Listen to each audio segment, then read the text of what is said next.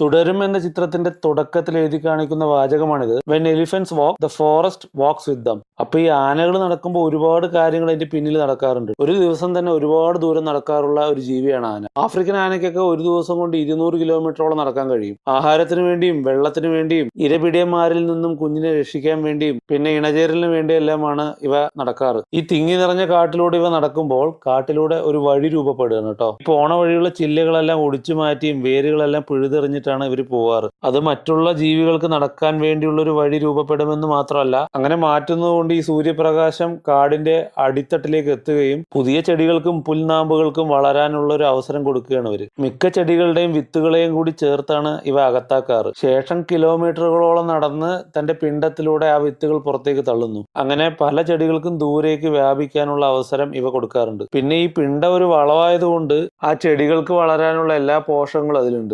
ഈ വരൾച്ചയെ